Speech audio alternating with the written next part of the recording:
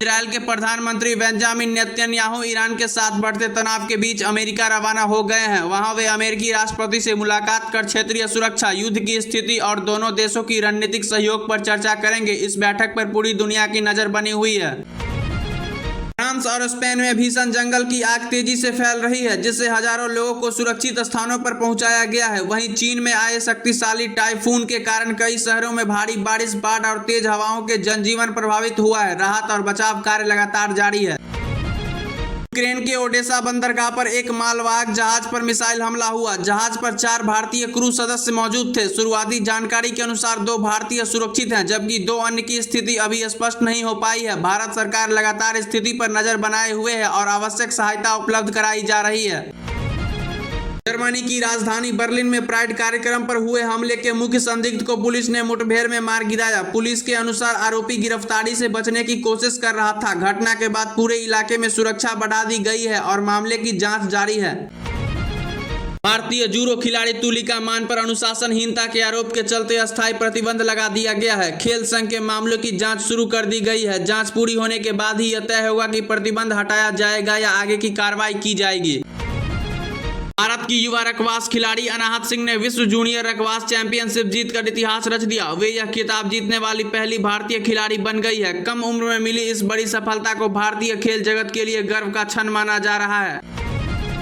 भारतीय cricket team ने Zimbabwe के खिलाफ T20 सीरीज 3-0 से जीतकर शानदार प्रदर्शन किया। इस जीत के साथ भारत ICC T20 अंतर्राष्ट्रीय रैंकिंग में फिर से दुनिया की नंबर 1 टीम बन गया है। टीम के बल्लेबाजों और गेंदबाजों ने पूरी सीरीज में बेहतरीन खेल दिखाया, जिससे भारतीय प्रशंसकों में खुशी की लहर है।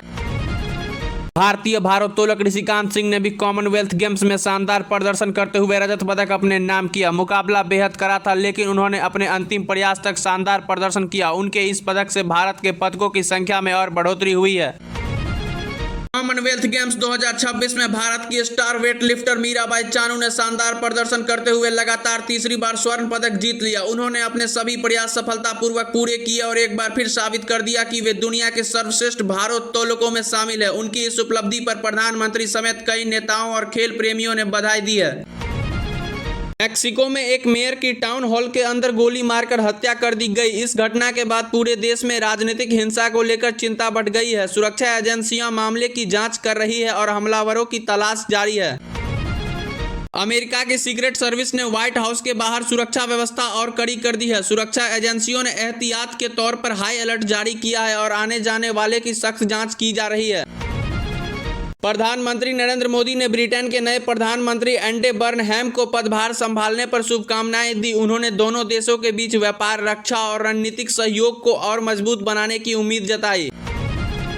लोकसभा स्पीकर ने उद्धव ठाकरे गुट के 6 सांसदों के शिंदे गुट की शिवसेना में विलय को मंजूरी दे दी है। इस फैसले के बाद महाराष्ट्र की राजनीति में नए समीकरण बनने की चर्चा तेज हो गई है।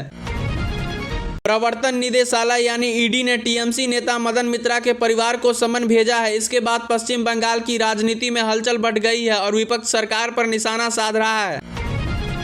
देश में पहली बार डेंगू से बचाव के लिए विकसित वैक्सीन को मंजूरी मिल गई है। स्वास्थ्य विशेषज्ञों का मानना है कि इससे डेंगू के मामले को नियंत्रित करने में बड़ी मदद मिलेगी और भविष्य में लाखों लोगों को इसका लाभ मिलेगा।